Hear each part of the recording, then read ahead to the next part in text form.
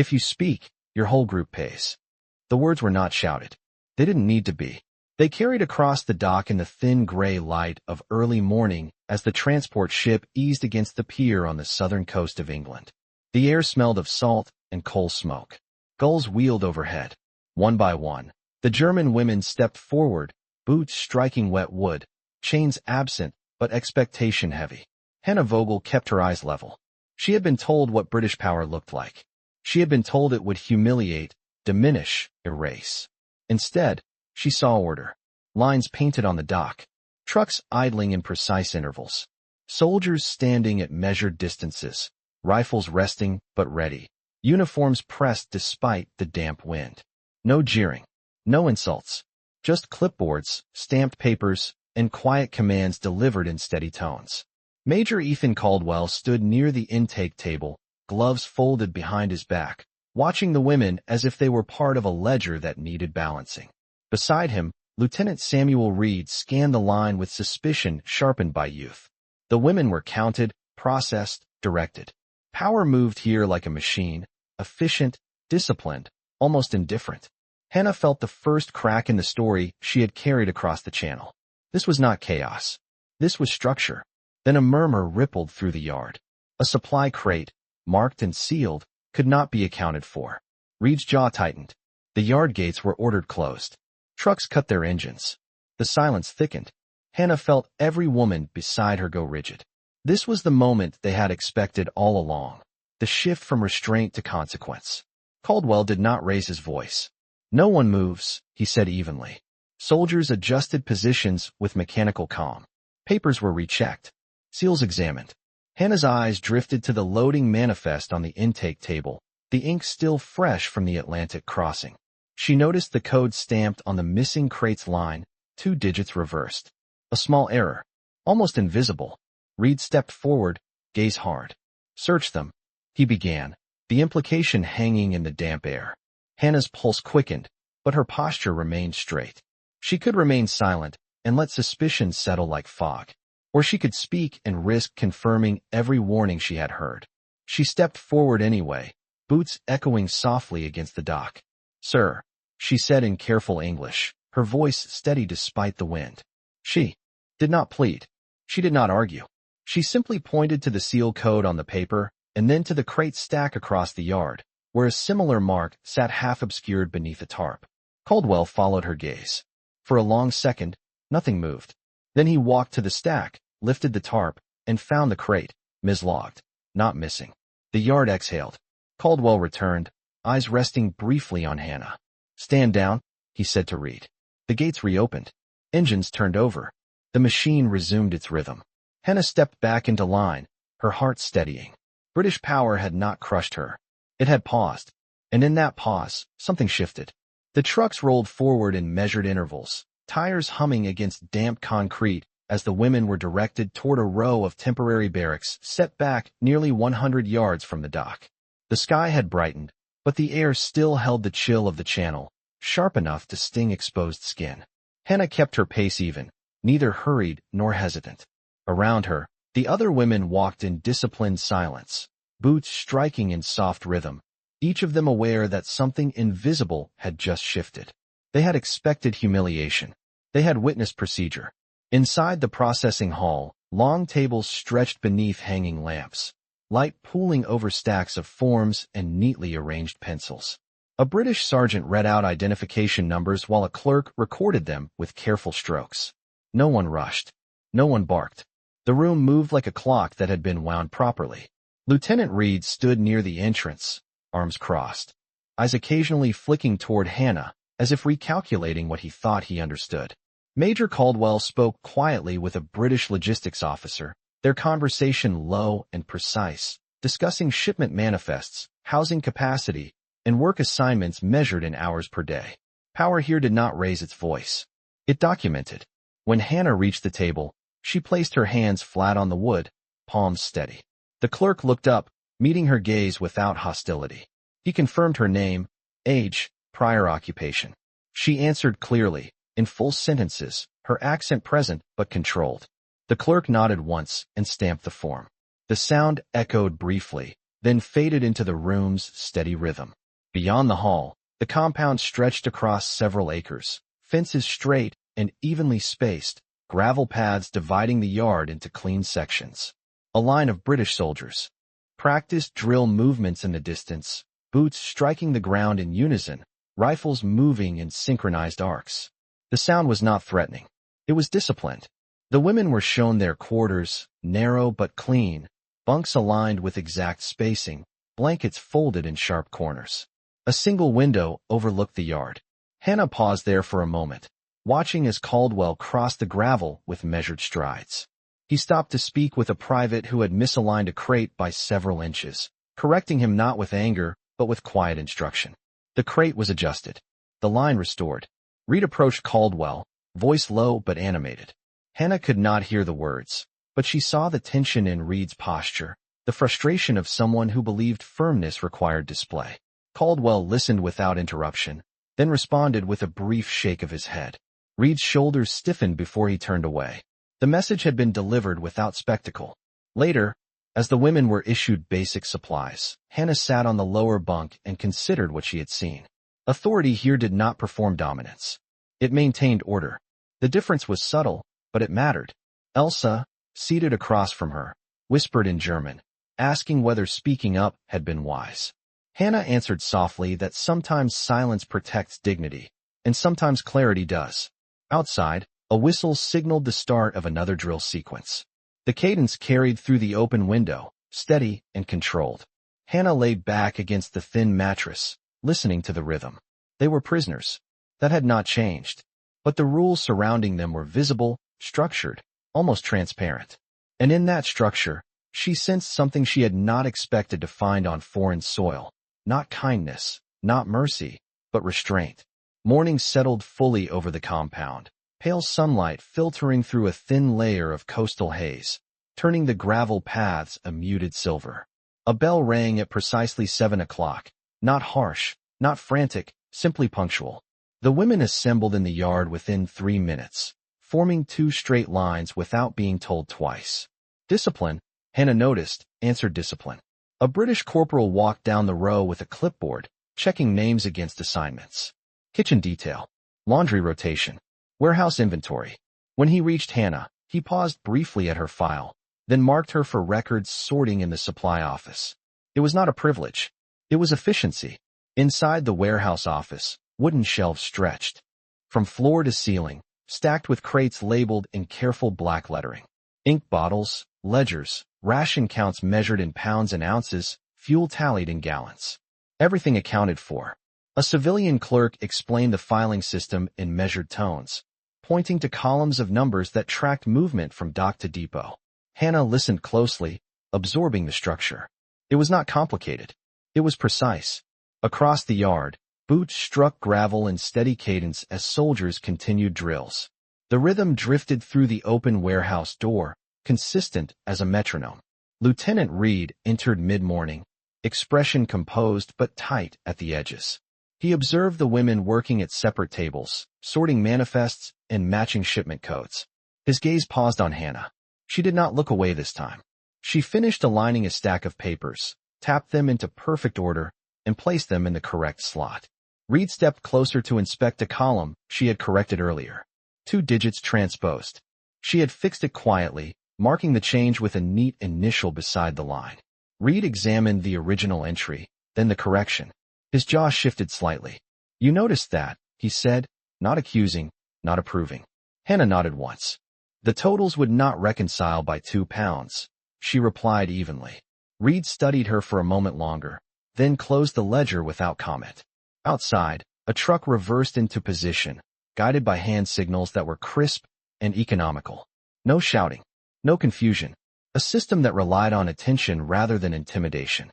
By noon, clouds had cleared completely, revealing a wide English sky stretched above acres of orderly fencing. The women were given a midday meal, simple and sufficient, bread measured in ounces, tea poured evenly into tin cups. No one rushed them. No one hovered. Caldwell crossed the yard again, stopping briefly at the warehouse threshold. He surveyed the room, eyes taking in the shelves, the ledgers, the quiet efficiency. His gaze met Hannah's for a brief second. There was no smile, no nod of gratitude, only acknowledgement, as if to say that accuracy mattered here more than suspicion. When the afternoon whistle sounded, the work paused with mechanical certainty. The crate inventory balanced, the ledger columns aligned. Hannah placed the final entry in ink, letting it dry before closing the book. Beyond the window, Reed stood watching the drill line once more, arms at his sides now, posture less rigid than before. The power she had expected to fear had revealed something different. It corrected mistakes. It valued order. And when confronted with quiet clarity, it adjusted without spectacle. In that adjustment, she sensed the true weight of authority. Not loud, not cruel, simply firm enough to change course when the facts required it. By late afternoon, the light over the compound had shifted from pale silver to a deeper gold, stretching long shadows across the gravel yard. The air carried the faint scent of sea salt mixed with engine oil, a reminder that ships were still arriving, still departing, the war moving in quiet logistics rather than noise. Inside the warehouse office, Hannah closed the final ledger of the day and aligned it precisely with the edge of the desk, 4 inches from the corner, parallel to the grain of the wood. Order mattered here. Outside, a whistle signaled the end of drill practice. Boots struck the ground one last time, then stopped in perfect unison. Silence followed, thick but not tense.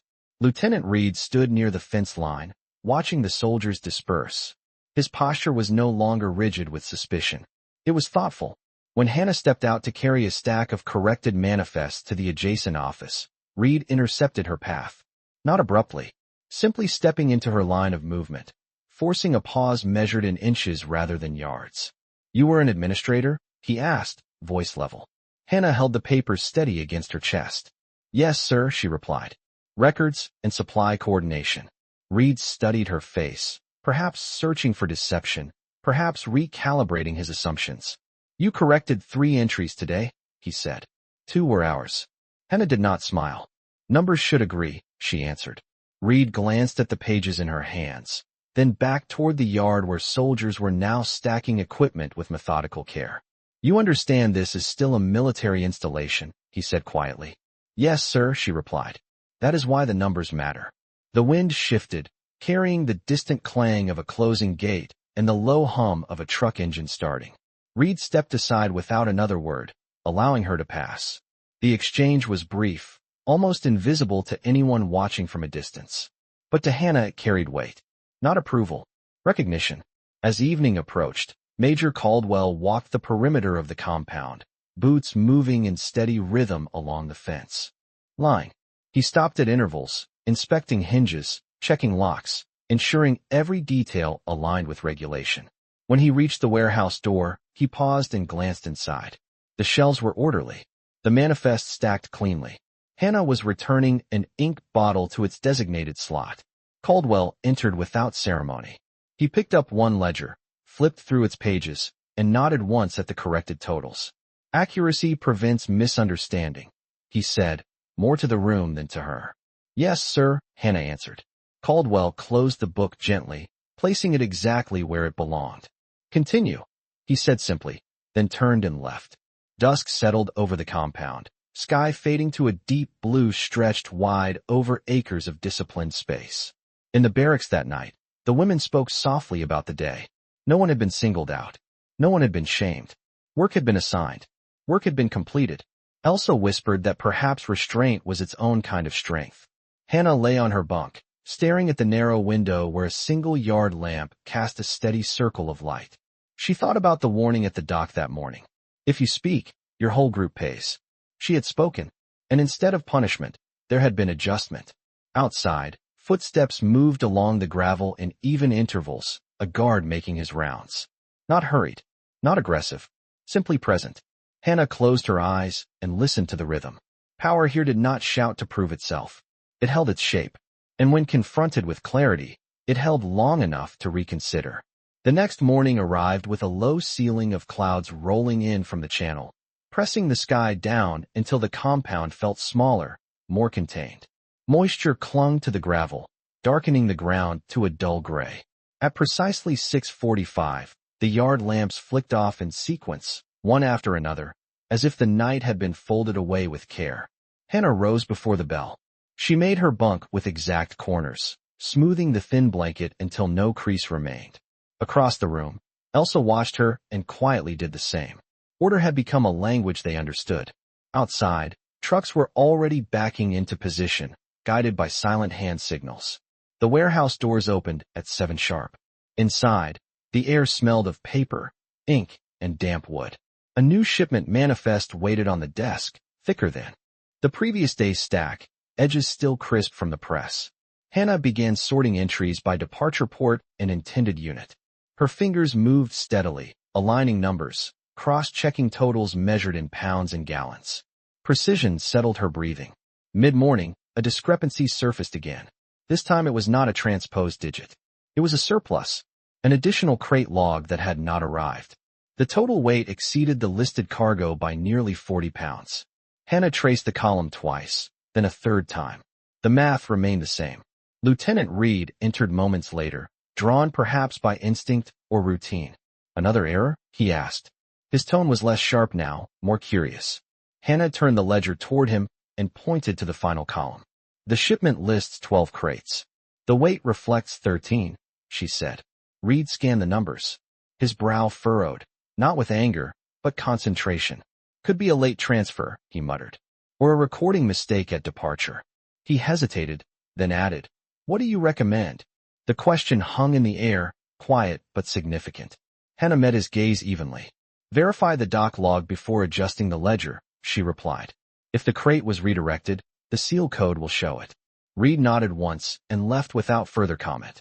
Outside, the wind picked up, rattling the warehouse door against its frame. Hannah continued her work, listening to the steady rhythm of boots on gravel as soldiers moved equipment into storage. Power in motion. Structured. Predictable. Within the hour, Reed returned with a corrected dock sheet. A crate had indeed been rerouted to a neighboring depot. The weight discrepancy resolved. He placed the updated document beside her ledger. "You were right to wait," he said quietly. Not praise. Not concession. Simply acknowledgement. Hannah adjusted the total with a clean stroke of ink and let it dry. Through the open doorway, she saw Major Caldwell speaking with a British officer near the fence line. Both men consulting a map spread across the hood of a truck. Their gestures were measured. Their conversation contained within the bounds of professionalism. No raised voices. No visible tension. Decisions made with calm precision. As noon approached, the cloud cover thinned, allowing narrow shafts of sunlight to cut across the yard in pale lines. The soldiers shifted drills to a new formation, boots striking in synchronized cadence that echoed faintly against the warehouse walls. Hannah paused. For a brief second, listening. The sound was steady, intentional. In that rhythm, she heard something she had not expected to find so far from home. Not warmth, not comfort, but consistency. And consistency, she realized, could feel almost like safety. Rain arrived just after midday, not a storm, but a steady English drizzle that softened the edges of the compound and turned the gravel paths a darker shade of gray. Water collected along the fence posts and slid down in thin lines, catching the muted light. Inside the warehouse, the sound of rain against the tin roof formed a quiet percussion, steady and unhurried. Hannah adjusted the stack of manifests away from the open doorway to keep the pages dry. The air felt cooler now, heavier with moisture. Across the yard, soldiers continued their routines despite the weather, rain dotting their uniforms without altering formation. Discipline did not bend for discomfort. Near the loading bay, a truck stalled unexpectedly, engine sputtering before falling silent. A small cluster of soldiers gathered around it, not frantic, simply assessing.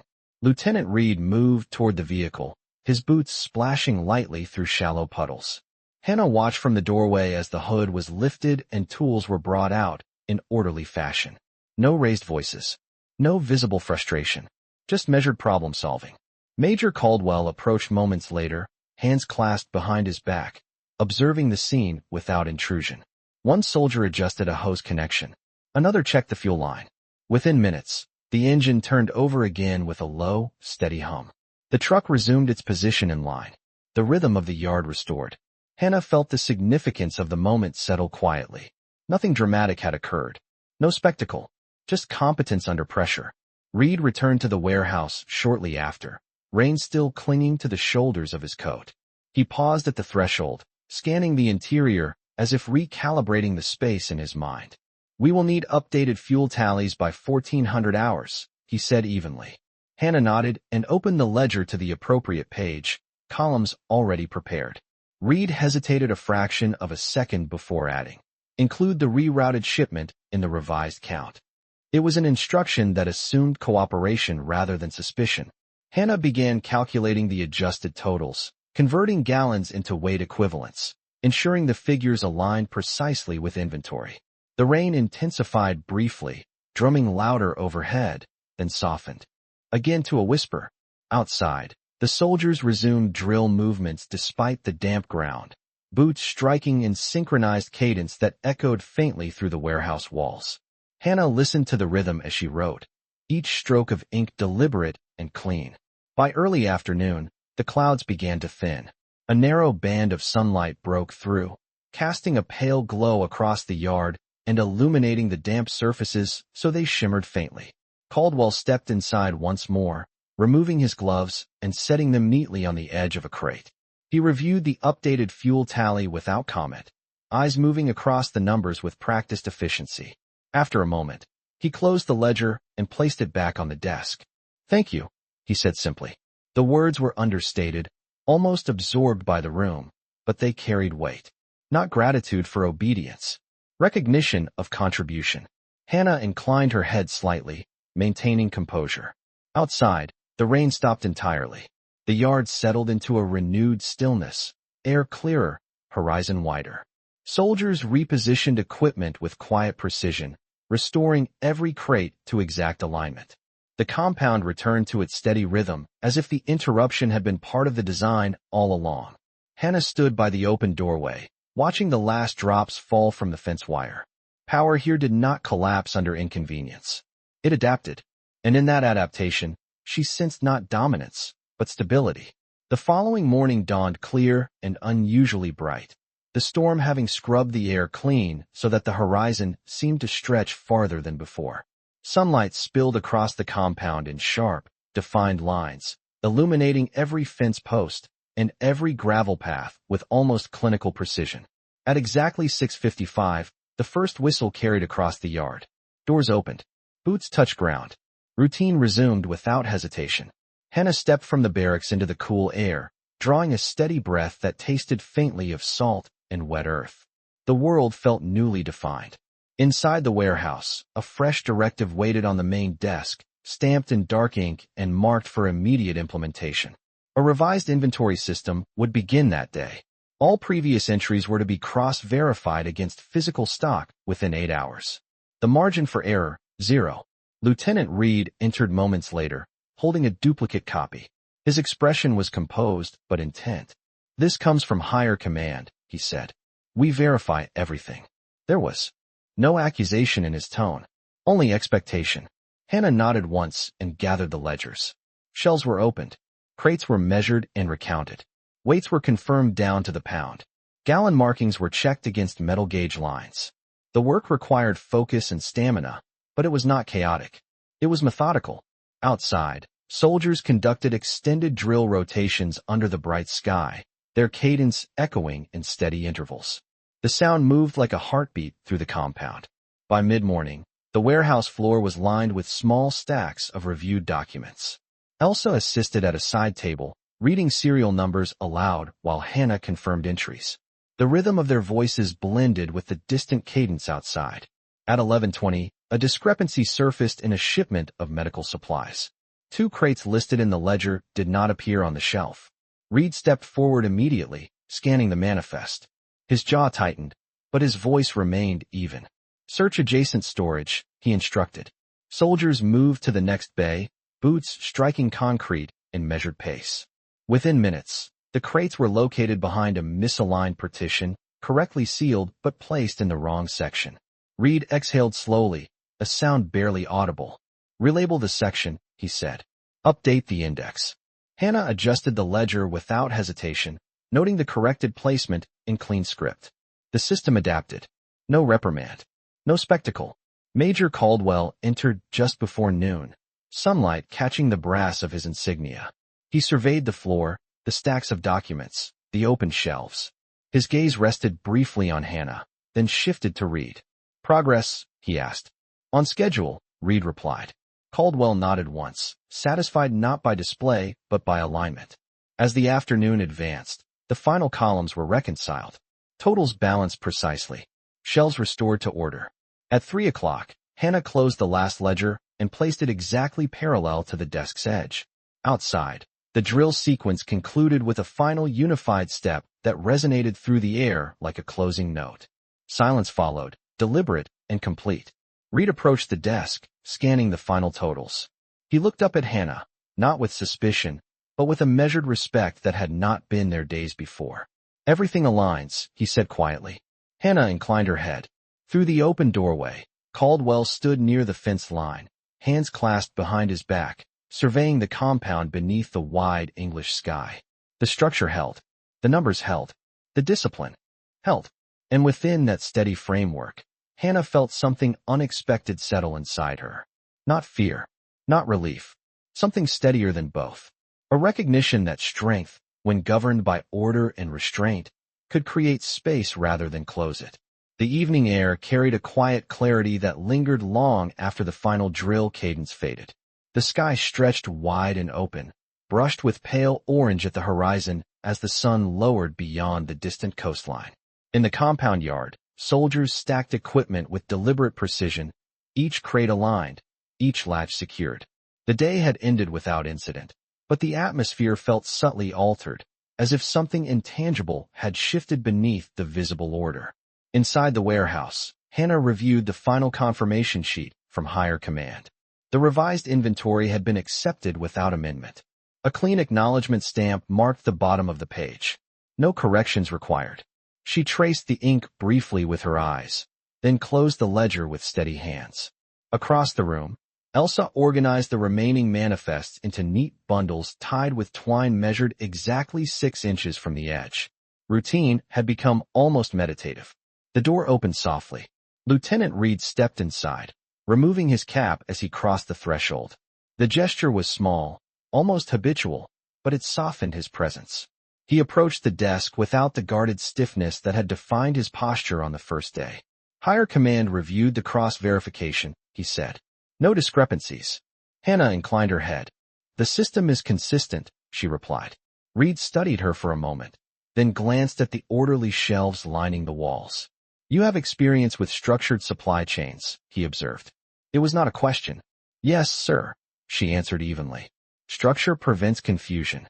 Reed considered that, eyes moving toward the open doorway where soldiers were completing their final checks before night watch rotations. "Confusion creates problems," he said quietly. "Yes, sir," Hannah replied. Outside, Major Caldwell walked the perimeter once more, boots steady against the gravel, his silhouette outlined by the fading light. He paused near the fence line and looked back toward the warehouse, taking in the aligned crates and orderly yard. The compound reflected discipline not as intimidation, but as stability. Reed followed Hannah's gaze briefly, then spoke in a lower tone. "You understand that not every installation operates this way." Hannah held his words carefully. "I understand," she said. The wind carried. The distant sound of waves striking the unseen shoreline, rhythmic and constant. Reed placed a sealed envelope on the desk. "Updated assignments for tomorrow," he said. "You will assist with incoming documentation." The responsibility was subtle but significant. Hannah accepted the envelope without visible reaction. "Understood." Reed hesitated, then added, "Your attention to detail benefits the unit." It was not praise delivered with warmth. It was recognition offered plainly. He replaced his cap and stepped back into the evening light. Inside the warehouse, the quiet settled like a final layer of order. Hannah opened the envelope briefly, scanning the assignment schedule measured in hours and designated zones. Precision. Outside, a guard's footsteps began the first night rotation, paced evenly at measured intervals along the fence. The sky darkened gradually, stars emerging one by one above the disciplined grid of the compound. Hannah extinguished the lamp and stepped into the cool air. She looked across the yard where soldiers stood watch without aggression, without display, simply present. In that presence, she sensed the true dimension of authority here. Not loud, not fragile, strong enough to hold its shape even when challenged, and strong enough, when confronted with clarity, to remain steady rather than strike. The next morning began before sunrise, the sky still a deep slate blue as transport engines hummed faintly along the distant dock. A thin mist hovered just above the gravel, softening the edges of fences and guard posts until the compound seemed suspended between shadow and light. At precisely 6:30, a whistle cut through the stillness, not harsh but exact. Doors opened in measured sequence. Boots met ground. Hannah stepped into the cold air and felt the damp settle against her skin. Today she would work at the dock intake station.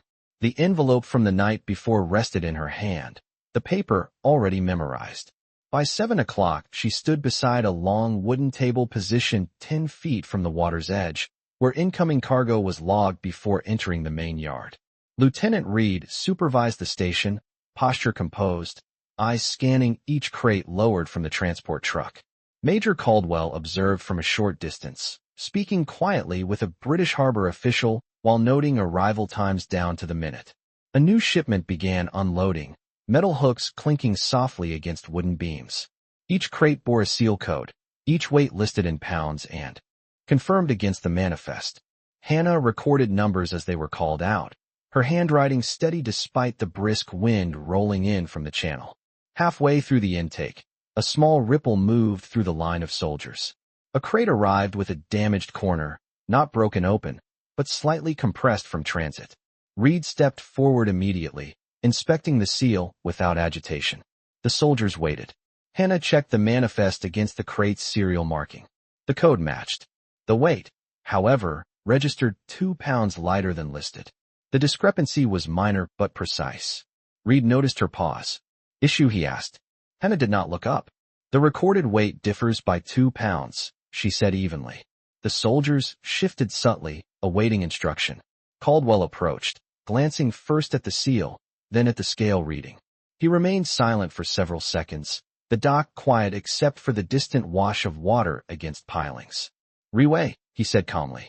The crate was placed back on the scale. The reading held steady. 2 pounds under. No one raised their voice. No one accused. Reed reviewed the prior shipment log and nodded once. Moisture lost during transit, he said quietly, more explanation than suspicion.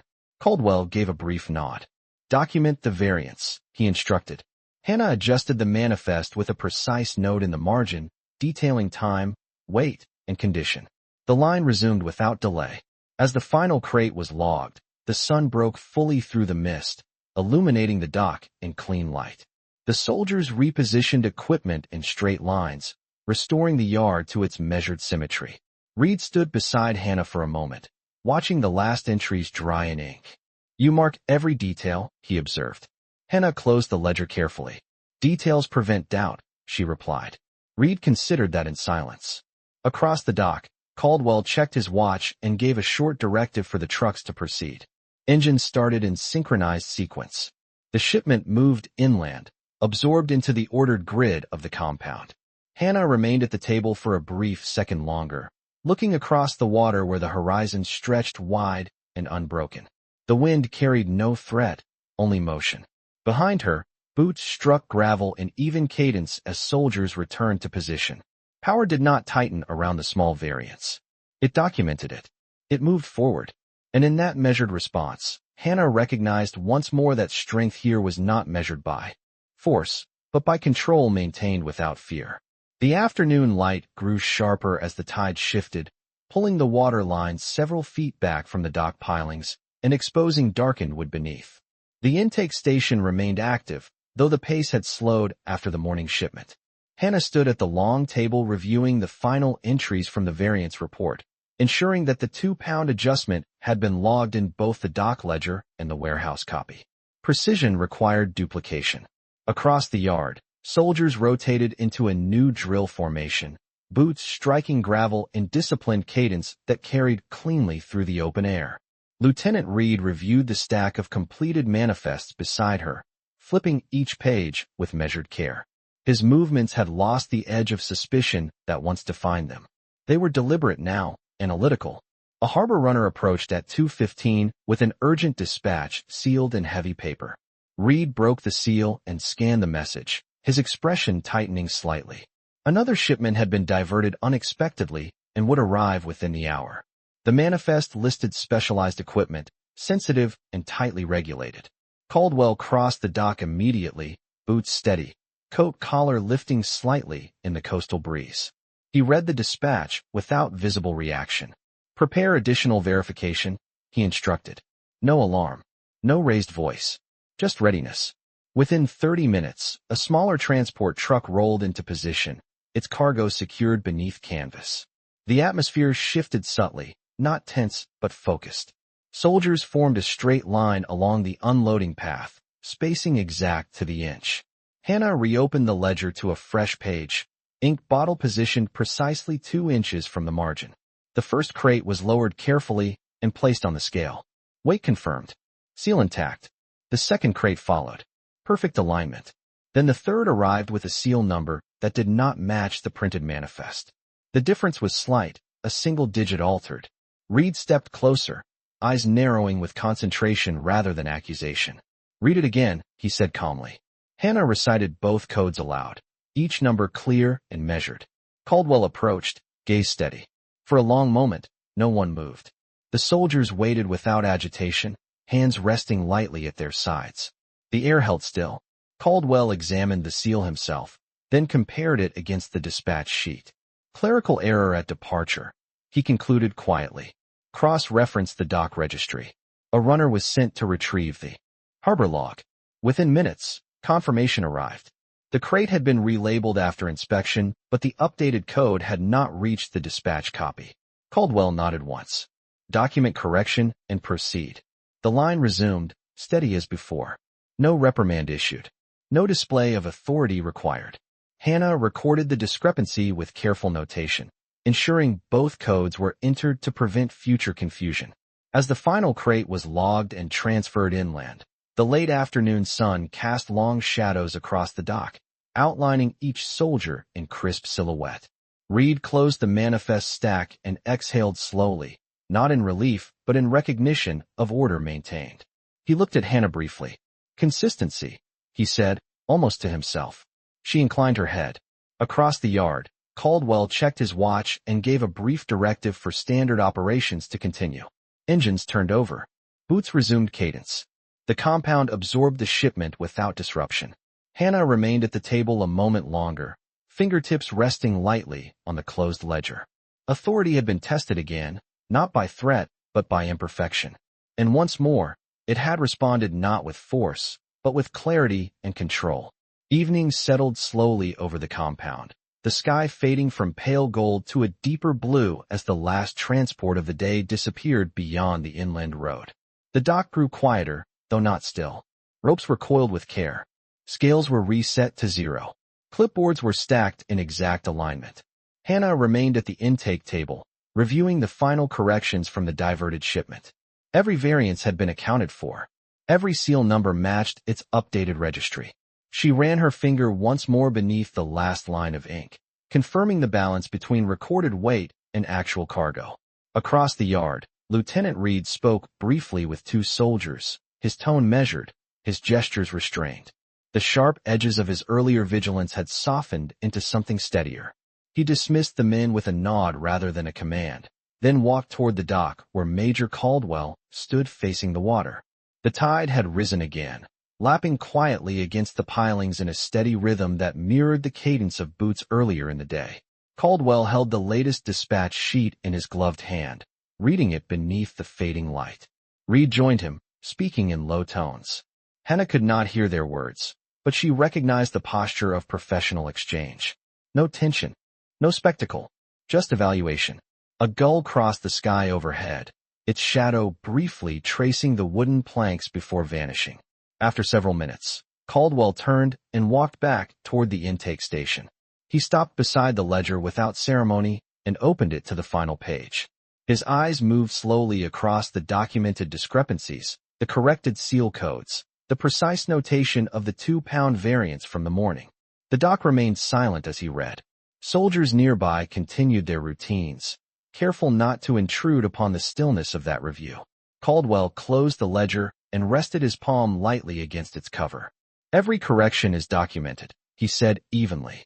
It was not a question. Hannah met his gaze. Yes, sir, she replied. He studied her for a brief second, measuring perhaps not the numbers, but the steadiness behind them. Clarity prevents escalation, he said quietly. Reed stood a few feet away, listening. Hannah inclined her head. Clarity prevents assumption, she answered. Caldwell gave a slight nod, almost imperceptible, then stepped back toward the yard. The conversation ended without flourish. The authority remained intact, but something within its structure had shifted once more. As the sun dipped below the horizon, a single yard lamp flickered on near the warehouse, casting a circle of warm light across the gravel. Soldiers began the evening rotation, boots striking in even intervals along the fence line. Reed lingered at the dock table for a moment longer. You did not hesitate today, he said quietly. No, sir, Hannah replied. He considered that, then added, neither did we. It was a simple statement, but it carried weight. The ledger was closed. The scale reset. The dock cleared of the day's cargo. Hannah gathered the papers into a neat stack and tied them with twine, measured and secure. As she stepped back from the table, she looked once more across the water where darkness was settling over the distant shoreline. The power that surrounded her had not raised its voice. It had not needed to. It had adjusted when required, documented when necessary, and moved forward without spectacle.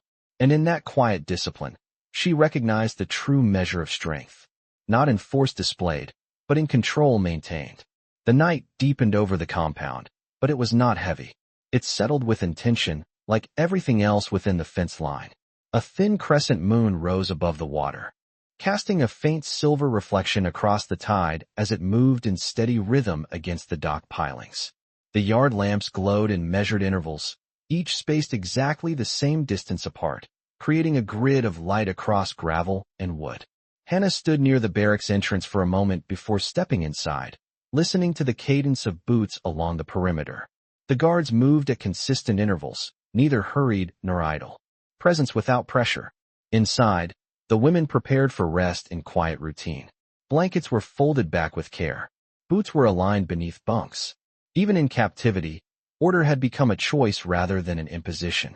Hannah sat on the lower bunk and unfolded a blank sheet of paper issued for correspondence. She did not begin writing. Instead, she listened. Beyond the thin walls, a truck engine started and then shut down after a brief test. Somewhere near the dock, metal clinked softly as a latch was secured. The compound did not sleep carelessly. It settled into vigilance without tension. Earlier that evening, Lieutenant Reed had paused near the fence during his final round. He had watched the yard in silence, hands resting loosely at his sides. When Hannah stepped outside briefly to return a ledger to the office, he had acknowledged her with a slight nod rather than an instruction. The exchange had lasted less than a second. It required nothing more. Across the yard, Major Caldwell completed his final perimeter check, boots striking gravel in a steady pattern that carried across the still air. He paused near the dock once more, looking out over the dark water as if measuring not distance, but stability. Then he turned back toward the barracks, posture unchanged. Authority here did not swell at night. It remained consistent. In the quiet of the room, Elsa whispered that the day had felt different. Not easier, just clearer. Hannah considered that word carefully. Clear. Clarity had defined every moment since their arrival. Errors addressed without spectacle. Variances documented without accusation. Corrections made without humiliation. She placed the blank sheet of paper on her lap and folded it once, then set it aside. There was nothing she needed to explain. Outside, a whistle sounded softly to signal the shift change. Boots approached, then receded, the rhythm unbroken. The fence line held its shape against the night sky. The yard lamps hummed faintly, steady and reliable. Hannah lay back against the thin mattress and closed her eyes, the cadence of disciplined movement echoing in her thoughts. Strength here did not demand submission through noise. It maintained order through restraint. And in that restraint, she found something she had not expected to encounter on foreign soil. Not comfort, not freedom, but a standard. One that did not bend under scrutiny and did not fracture under challenge. A standard that held its shape in daylight and in darkness alike. At first light, the horizon was a thin line of silver, separating sea from sky with almost mathematical precision. The compound stirred exactly as it had every morning before, whistles timed to the minute, doors opening in measured sequence, boots touching gravel in steady rhythm. Nothing dramatic marked the beginning of this day, and that was the point. Hannah stepped outside and paused for a moment, watching the guards exchange shifts without raised voices or rigid display. The tide was low again, exposing the dark beams beneath the dock, and the air carried the clean scent of salt and cold iron. Routine resumed around her with quiet confidence. Crates were inspected. Ledgers were opened. Trucks were aligned to the inch. Lieutenant Reed crossed the yard with the same composed stride he had developed over the past days, no longer scanning for fault, but for flow. When he reached the intake table, he did not issue a warning. He simply placed a fresh manifest beside Hannah and said, "Standard procedure." She nodded once. Standard had become meaningful here. Major Caldwell conducted his inspection along the fence line, hands clasped behind his back, gaze steady. He stopped near the dock and watched the morning light settle across the ordered grid of the compound. Every line held. Every post stood straight. Every soldier moved with intention rather than impulse. A new shipment arrived mid-morning, logged without incident, weighed and recorded down to the last pound. No discrepancies surfaced. No corrections required. Yet the absence of error did not diminish vigilance. The system did not relax when unchallenged. It simply continued. Hannah wrote each entry in clear script, her hands steady, her breathing even. Reed reviewed the columns beside her and gave a brief nod when totals aligned. There was no need for commentary. The work spoke for itself. Around noon, as the sun climbed higher and cast sharper shadows across the yard, Caldwell approached the intake table once more. He examined the ledger for a long moment, then closed it with quiet finality. "Maintain this standard," he said evenly.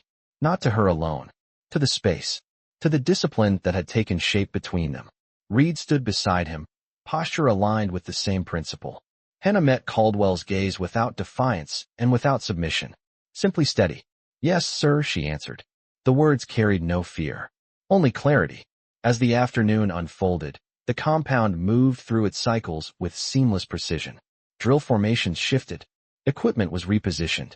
Guard rotations changed at exact intervals. No spectacle marked the end of the day. No dramatic reversal. Just the quiet continuity of order sustained.